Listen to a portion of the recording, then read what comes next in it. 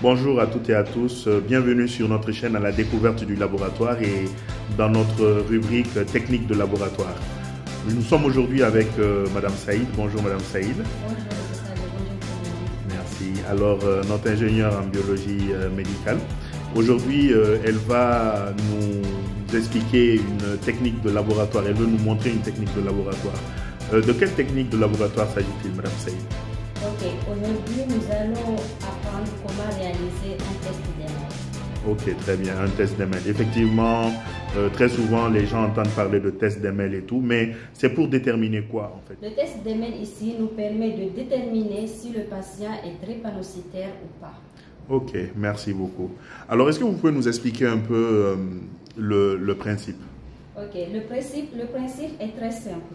Sur une lame porte-objet, nous allons venir déposer une goutte de sang avec une goutte de métabisulfite de sodium. À l'observation du microscope, si on observe des hématies anormales sous forme de fossiles ou bien d'hémulines ou bananes, c'est-à-dire que le patient porte en lui les gènes. Ok, d'accord. Donc, si je comprends, on va déposer une goutte de sang, une goutte de métabisulfite et on doit couvrir avec, oui, avec la lamelle. Oui. Et comme vous l'observez sur la paillasse, il y a du vernis. Oui. Alors, ce vernis ou émail, n'est-ce pas, servira de coller les bords, hein, de lutter, hein, de coller les bords, de telle sorte que l'air n'arrive pas à entrer entre la lame et la lamelle. En absence d'oxygène, hein, les hématies anormaux vont prendre la forme d'une banane. C'est ce qu'on appelle la falciformation des hématies. Alors, Madame Saïd, dites-nous, de quoi est-ce que vous avez besoin pour réaliser cette analyse? Ok, pour réaliser cette analyse, nous aurons besoin d'une lame porte-objet, une lamelle couvre-objet,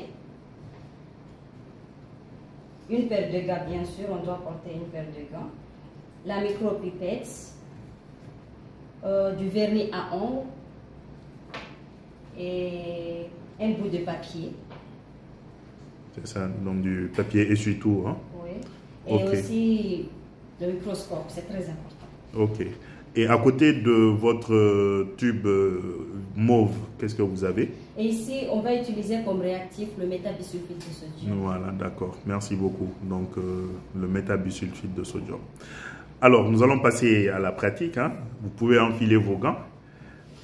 Et voilà, et vous nous montrez comment faire. Ok, c'est parti. Donc, Madame Saïd, dites-nous comment vous le faites. Ok, tout d'abord, on vient écrire le nom du patient. Ok, donc on écrit le nom du patient ou le code, ça dépend d'un laboratoire à un autre, mais c'est important d'identifier hein, la lame pour ne pas se tromper après. Ok. Maintenant, on va mettre une goutte de la solution du métabisulfite de sodium. Ok. Voilà. Ensuite, on va mettre une goutte du sang total. On aura besoin du sang total pour ça. Ok.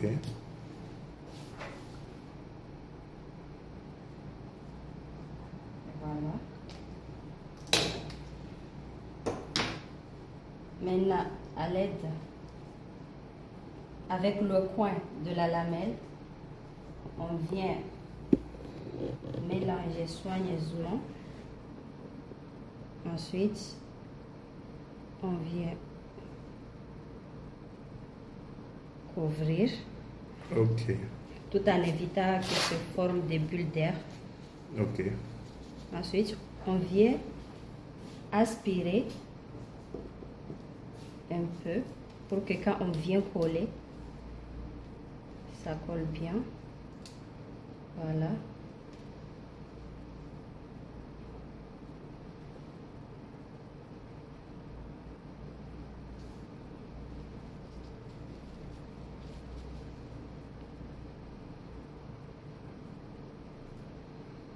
Donc là, actuellement, vous avez aspiré avec le coton, avec le papier essuie-tout.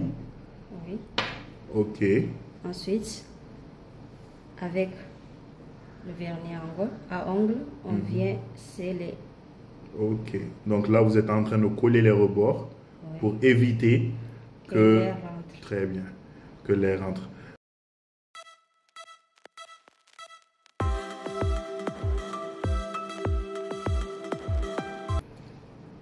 Et maintenant, on vient déposer et on attend 15 à 30 minutes. Après, on passe à la lecture au microscope.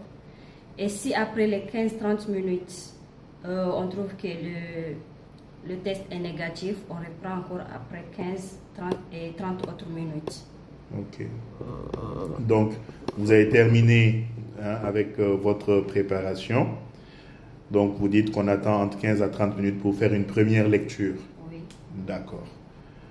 Donc, rendez-vous dans 30 minutes. Très bien, nous sommes 30 minutes après la réalisation de notre lame. Alors, Madame Saïd est actuellement devant son microscope et elle va observer entre lame et lamelle justement ce qu'elle a eu à préparer. Dites-nous, Madame Saïd, c'est à quel objectif du microscope qu'on regarde cette préparation? Alors, pour le test d'Emel, on observe la lame avec l'objectif 40 fois. 40, effectivement. Donc, l'objectif 40 qui correspond à un agrandissement de 400, n'est-ce pas? Donc, nous vous suivons. Ok, je viens d'allumer le microscope. Ensuite, je vais déposer la lame. Voilà. Je diminue un peu la lumière. Là, on observe. Ok, donc là, ce que Madame Saïd est en train de faire, c'est ce qu'on appelle la mise au point. Donc, elle va essayer de mettre au point pour voir les cellules et observer comment sont les hématies.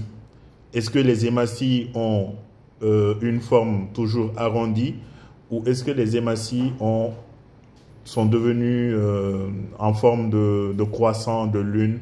Est-ce qu'il y a une falciformation en fait des hématies? Donc, c'est exactement ce que Madame Saïd est en train de faire actuellement. Ok, je voulais aussi ajouter quelque chose concernant le test d'Emel. Il faut savoir que le test d'Emel ne permet pas de savoir de quel type de drépanocytose il s'agit. Donc, pour savoir le type, il faut faire encore une autre analyse qu'on appelle électrophorèse de l'hémoglobine. Et ça se fait dans le cas où le test d'Emel est positif, bien sûr. Effectivement.